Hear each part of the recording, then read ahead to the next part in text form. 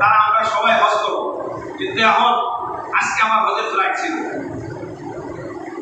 আজকে রাত 3টার সময় 2:30টার সময় আমার সাথে যারা যারা যাচ্ছে সবাই আমার দাওয়াত দিচ্ছে, হুজুর একটু আজকে হাজি ক্যাম্পে হজ ক্যাম্পে একটু এয়ারপোর্টে আসেন, আমাদের সবাইকে বিদায় দিয়ে দেন।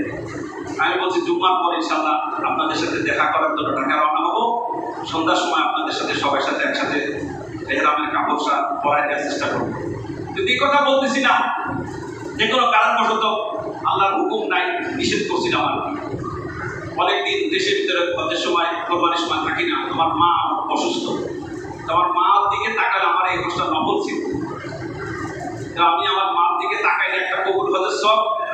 অনেকে অনেক কথা বলছে, করে চিন্তা করলাম যে 22-এর যদি আম্মা এই সময় চলে যায়, অথবা আজকেও বলছিল যে আমার জন্য দোয়া করিস, আমি কিন্তু অবস্থা ভালো না, আমার মন ভালো লাগতেছে না, আমি মনে মনে চিন্তা করলাম না এই বছর আপনাদের যাওয়ার সিদ্ধান্ত আপনাদের সামনে আজকে মসজিদে দিনের কথাটা বললাম, সিদ্ধান্ত পাল্টা করেছে। আরো কয়েকটা কারণ আছে তার মধ্যে, তো দোয়া করার জন্য আল্লাহ আমার আম্মাকে, আমার আম্মা আজকেও বলছে আসার সময় আমার, তোর আব্বার জন্য একটু দোয়া করিস, কাইনে দিছে, উনি কোরআন শরীফ পড়তেছে আমার আম্মা।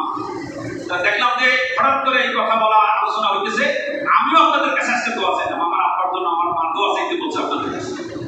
অনেক সময় দেখবেন মসজিদের মুসল্লিরা কেউ আসে ইমাম সাহেবের কাছে, মুয়াজ্জিন সাহেবের কাছে কানাকানি কয়, হুজুর আমার আব্বার জন্য একটু দোয়া করেন, আম্মার জন্য দোয়া করেন, রাত্রে আব্বার স্বপ্ন দেখছি বা আমার দিনের ভিতরে আব্বার কথা মনে পড়ছে, এরকম হয় কি হয় না বলেন? ওই সময় আপনারা কি করবেন শিখে রাখেন, ওই সময় আপনারা তার কথা মনে পড়ছে, তার কবর জিয়ারত করবেন, তার কবরের কাছে যাবেন, তার জন্য কিছু নেক আমল করবেন, তার জন্য কিছু মানুষকে খাওয়াবেন। কবর এটা কাউকে বলবেন না, দরকার নেই বলো, যিনি জানার দরকার উনি জানলে চলবে। কিছু দান সৎকার করেন, কিছু নেক আমল করেন, একটু জিয়ারত করেন, তার জন্য কিছু দোয়া করা করে পাঠায় দেন। এখন বোঝার জন্য বলতেছি, যেরকম অনেক সময় অনেক লোক বলে বলায় যে হুজুর আপনার অ্যাকাউন্ট নাম্বারটা দেন, আবার এটা বিকাশ না নগদ না রকেট, বলে না নাম্বার, কথা বলেন আপনারা, বোঝানোর জন্য বলতেছি। একজন আরেকজনে কিছু পাঠানোর জন্য কি বলে, কথা বলে অ্যাকাউন্ট নাম্বার বিষয়। তা আপনার আব্বা আম্মার অ্যাকাউন্ট মরা গেছে, তারা এগো অ্যাকাউন্ট নাম্বার ফেরত তারা জানে না, না জানে, কথা বলে এটা হুজুরে বলা লাগবে কানে কানে, হুজুর আমার আব্বার অ্যাকাউন্ট নাম্বারে কিছু দেখি পাঠাই দিয়ে, কথা বলে এটা ফেরেশতারা শুনছে, আল্লাহ দেখছি চলে গেছে, এটা কোনো সমস্যা, ক্যাশ আউট করা লাগবে না, ব্যাংকে যায় তাকে ওনার অ্যাকাউন্টে পাঠানো লাগবে না, আপনি বললেই চলবে, মনে থাকবে তো? এটা বোঝানোর জন্য বলছিলাম। তারপরে কোরবানি করা, বছরে একবার যে কোরবানি আসে, এটা আনন্দের বিষয়। আমাদের ইবাদত বন্দেগী একটা আছে মালের, একটা আছে শরীরের, একটা আছে মনের, 3টা ইবাদত হয় আমাদের। বলেন আমাদের ইবাদত কয়টা হয়? একটা হলো জান দিয়া, পুরো বডি দিয়া, আরেকটা হলো মাল দিয়া, আরেকটা হলো মন দিয়া। আমাদের এই কোরবানির ভিতরে 3টাই আছে। একটা হলো আমি কোরবানি করতে গেলে একটা পশু কিনতে হবে, এটার পালতে হবে, এটার খেদমত করতে হবে, এটার জবাই দিতে একটা কষ্ট, তাহলে শারীরিক একটা কষ্ট আছে। আবার মাল খরচ করে 1 লাখ 2 লাখ 3 লাখ টাকা দিয়ে একটা কোরবানি কিনছি, মালেরও ইবাদত আছে। মনের ভিতরে শয়তান ঢুকাই দিতেছে, গোস্ত কত কম হইব, গোস্ত বেশি একটা হইতো না, তেলটা বেশি হয়ে গেছে, গোস্ত বেশিটা খাইতে হবে না, এই নফটারে একটু বাড়ি মারে, তাই আমি কি এই গোস্ত খাওয়ার দিকে কোরবানি দিতেছি নাকি? আমার আল্লাহ আমাকে বলছে কোরবানি দিতে, তাই আমি কোরবানি দিতেছি। 2টা ইবাদতের 2টা সদকা দান করার পরে এটা খাওয়া যায় না, নেওয়া যায় না, তার 2টার মধ্যে একটা হলো কোরবানি, একটা হলো আকিকা। সব ইবাদত বন্দেগী টাকা খরচ করে দিলে ওইটা আর পাওয়া যায় না, কিন্তু কোরবানি আর আকিকার ইবাদতটা দেখেন একটু ভিন্ন। আকিকা দিয়ে আপনি ওই আকিকার গোশত খাইতে পারেন, কথা বলেন, কথা বলেন।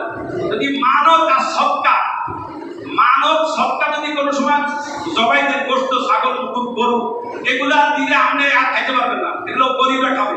কিন্তু কোরবানি এমন একটা ইবাদত, দেখেন আল্লাহু আকবার, এই উম্মতের জন্য আল্লাহ সহজ করে দিয়েছে যে তুমি কোরবানি দিবে আমার দিকে, আর আমিও তোমার এই গোশতটা ফিরে দিয়ে দিলাম, কিন্তু তোমার রক্ত আর গোশত আমার কাছে আসবে না। লা ইয়ানালাল্লাহু লুহুমুহা ওয়ালা দিমাউহা ওয়ালাকিন ইয়ানালুহু তাকওয়া মিনকুম। তোমার রক্ত আর গোশত আমার কাছে পৌঁছায় না, তোমার তাকওয়া পরহেজগার, তোমার মনের যে ইবাদতটা ওইটা আমার কাছে পৌঁছায়। তুমি কার জন্য কোরবানি দিছো? মানুষ দেখানোর জন্য? যে মানুষ তোমার বলবে এটা বড় বড় কোরবানি দিছে, খুব সুন্দর বড় কোরবানি দিছে, 3 লাখ টাকা দামের বড় কোরবানি দিছে। তুমি যদি এই নিয়ত করে থাকো, তুমি কোরবানি দিতে পারবা, কষ্ট পাইতে পারবা, কিন্তু আমার কাছে এটা সওয়াব পাইবা। কথাটা বুঝাইতে পারছি কিনা? আল্লাহ আমল করার তৌফিক দান করুন। তারপরে চাঁদ দেখার সময়, চাঁদ দেখার দোয়া করতে হয়, নতুন চাঁদ আসলে দোয়া করব, কোরবানির জন্য প্রস্তুতি নিব। আবার বলতেছি নখ, চোখ, মোষ, মাথার চুল, লজ্জাস্থানের এগুলো পরিষ্কার করবো না, আগেই পরিষ্কার করে নেবো 1 তারিখের আগে। তারপরে বেশি বেশি করে তাকবীর বলবো, আল্লাহু আকবার, আল্লাহু আকবার, আল্লাহু আকবার, লা ইলাহা ইল্লাল্লাহ, আল্লাহু আকবার, আল্লাহু আকবার, ওয়া লিল্লাহিল হামদ। আমরা মক্কা শরীফে গেলে আমার কাছে এই তাকবীরটা যখন শুনি, মানে আমার দিলটা কাঁড়ে যায়। এত সুন্দর করে সবাই পড়তেছে, যত হাদি আছে সবার মুখে, বিশেষ করে আরবদের মুখে। আমাদের বাঙালিরা তো বুঝে না, জানেও না, এই তাকবীর বেশি বেশি পড়তে হয়। তা আলহামদুলিল্লাহ তারা বিভিন্ন দেশের থেকে আরবরা আসে, তো তারা একসাথে সুর মিলিয়ে কয়েকজন মিলে যখন পড়তে থাকে, আবার মাইকেও বলতে থাকে বিভিন্ন মসজিদের পাশে, আরাফায়, মিনা, মুজদালিফায় সব জায়গায় এই তাকবীরগুলো চলতে থাকে। মসজিদের ভিতরে ঈদের দিন সকালে ফজর নামাজের থেকে শুরু করে সূর্য ওঠা পর্যন্ত এই 1 ঘন্টা এই তাকবীরগুলো মাইকে 5-7 জন ইমাম হবে, মুয়াজ্জিন হবে, তারা তাকবীর বলতে আছে। 1 মিনিটের জন্য বন্ধ নাই। আমি নিজে ঈদের নামাজ কাবা শরীফে পড়ছি রমজানে, আর হজের সময় তো আর কাবা করে আসতে পারি না, কারণ ওই সময় তো আমরা মুজদালিফা থেকে মিনার রাস্তায়। আমাদের জন্য ঈদের নামাজ নাই, যারা হাজি সাহেব তাদের জন্য ঈদের নামাজ নাই। তাদের জন্য মেন হলো শয়তানকে কবর মারা, বড় শয়তানকে 7টা পাথর, তারপরে কোরবানি দেওয়া। ঈদের নামাজ হাজিদের জন্য না। আর ওই দিনকার হাজিদের জন্য হজের দিন রোজা রাখার কোনো হাদিসে নাই, নিষেধ।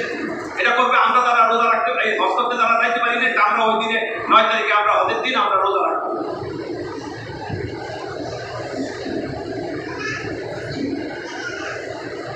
ঈদুল আজহা আসতেছে, ঈদের দিন আমরা চেষ্টা করবো ঈদের নামাজ আগে পড়ার জন্য। কেন? ফজর নামাজের সাথে সাথে, ফজর নামাজের পরে, ফজর নামাজ মনে করেন রক্ত শেষ 5টা 11 বা 13 14 হবে, 5টা 14-তে ফজরের রক্ত শেষ। এরপরে আপনারা 10-15 মিনিট পরে নামাজ পড়া এই সময় হারাম, মাকরুহ। তারপরে আপনি ইশরাক করতে পারেন। ওই দিনকার ইশরাক নামাজ নাই ঈদের দিন। ঈদের দিনে প্রথম হলো ঈদের নামাজ পড়া, এটা ওয়াজিব, এটা সবাইকে করতে হবে। রাসূল সাল্লাল্লাহু আলাইহি ওয়াসাল্লাম বলেছেন, যারা ফিতরা দেয় না রমজান মাসে, তারা ঈদগাহ ও মুসল্লাতে না আসে। আর যারা কোরবানির দিন সামর্থ্য আছে, কোরবানি দেয় না, এই 3 দিন যদি কারো সামর্থ্য হয়ে যায়, সেও যেন কোরবানি আদায় করে। আল্লাহর কাছে সবচেয়ে পছন্দনীয় আমল হলো কোরবানির দিন রক্ত প্রবাহিত করা আল্লাহর জন্য। করবো না ইনশাআল্লাহ? আর কোরবানির গোশত 3 ভাগ, 5 ভাগ, 10 ভাগ না, পুরোটা আপনি খাইতে পারেন, পুরোটাও দান করতে পারেন। আপনার যতটুকু মনে চায় আত্মীয় স্বজনরা দিবেন। এটা যেন এরকম না হয় যে আমি সম্পূর্ণ খেয়ে নিলাম। হ্যাঁ, খাইতে পারেন, অনুমতি আছে, কিন্তু উত্তম ভালো হয় যদি আপনার আত্মীয় স্বজনদের, বন্ধু বান্ধবদের খাওয়ান, পাড়া প্রতিবেশীদের একটু দেন, দুর্বল শ্রেণী লোকদেরকে একটু দেন, গরিব মানুষদের একটু দেন। ওইটার ভিতরে দেখবেন একটা মজা পাইবেন। কিছু লোক আছে দেখবেন কোরবানি দিয়ে মজা পায়, গরুর গোশত মানুষের দিয়ে একটা আনন্দ পায়। কিছু মানুষ আছে মানুষের খাওয়ায় একটা আনন্দ পায়, আর কিছু মানুষ আছে খায়া আনন্দ পায়। কথা ঠিক না নাকি?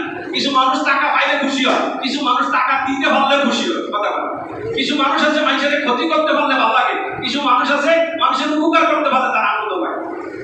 ঠিক না নাকি? আল্লাহ আমাদের তৌফিক দান।